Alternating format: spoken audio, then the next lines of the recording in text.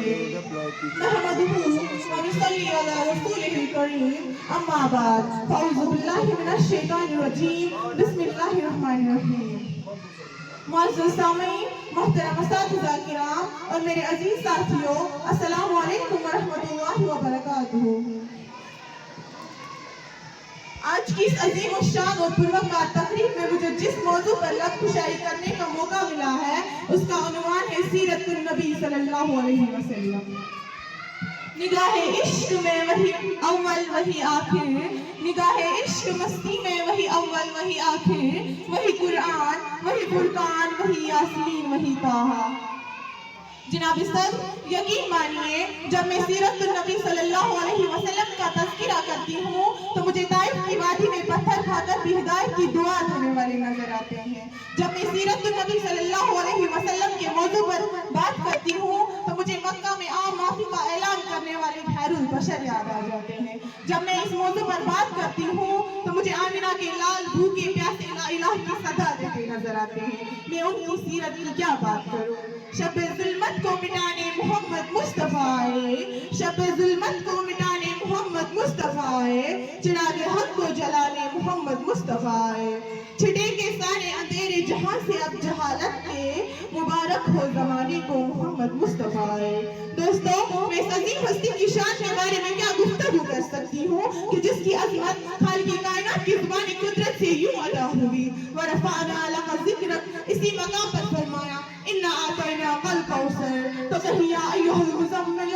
اور یا ایھا المدثر کہہ کر خطاب فرمایا کہ محمد سے وفا تو نے تو ہم تیرے ہیں، کہ محمد سے وفا تو نے تو ہم تیرے ہیں، یہ جہاں چیز کیا ہے لوح و قلم تیرے ہیں۔ حضور صلی اللہ علیہ وسلم کی طائف کی زندگی کے دو پہلو ذات مصطفیٰ اور صفات مصطفیٰ پر ہاتھ لکھتے لکھتے ساکت ہو گئے، زمانے میں مدد کرتے کرتے خاموش ہو گئے، محقق تحقیق کرتے کرتے ملک کے عدم کو روانہ ہوئے، مفسر تفسیر کرتے کرتے موت کی آگوش میں چلے گئے، مگر ذات مصطفیٰ اور صفات مصطفیٰ کا ایک بھی باب مکمل نہ ہوا۔ زندگیاں بیت گئی اور قلم ٹوٹ گئے، زندگیاں بیت گئی اور قلم ٹوٹ گئے، تیرے اوصاف کا ایک باب بھی پورا نہ ہو سکا۔ جناب صدر، میری کیا مجال کہ میں اس معظمین کی شان کے بارے میں لب کشائی کروں کہ جس کے دست اقدس کی ایک انگلی اٹھتی ہے تو چاند کو دو ٹکڑے کر دیتی ہے، جس پر کرے نور پر طائف کی بستی میں ظلم کے پہاڑ توڑے گئے مگر زبان مقدس سے بد دعا نہیں نکلی بلکہ دعا مانگی الہی قوم کو چشم بصیرت دے، الہی قوم کو چشم بصیرت دے، بے خبر ہیں بیچارے تو انہیں نور ہدایت دے۔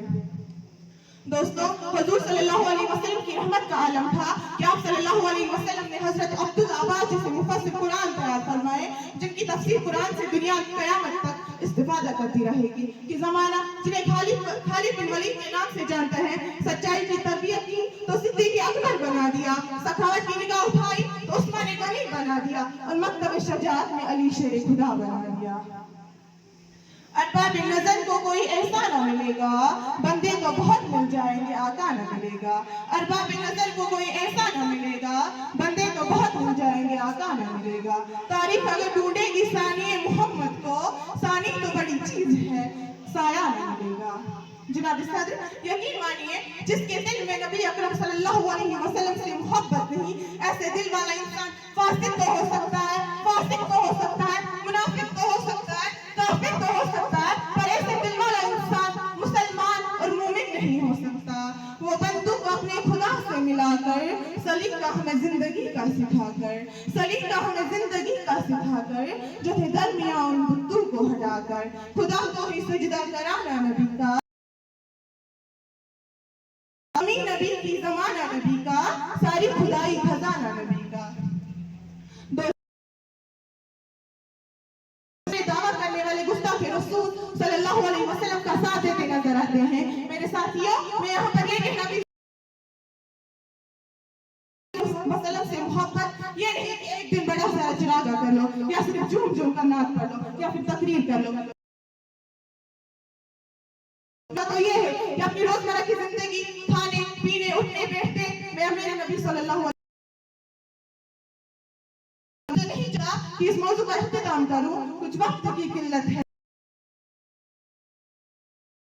مضمون کی طوالت ہے، کچھ کچھ کہنے کی حسرت ہے، الفاظ کی کثرت ہے، کچھ کہہ بھی نہیں سکتی. حضور صلی اللہ علیہ وسلم کی تعلیمات و سیرت کی روشنی میں آپ سب کو ایک پیغام دینا چاہتی کہ محبت کی نظر اہل وفا کی شان پیدا کر،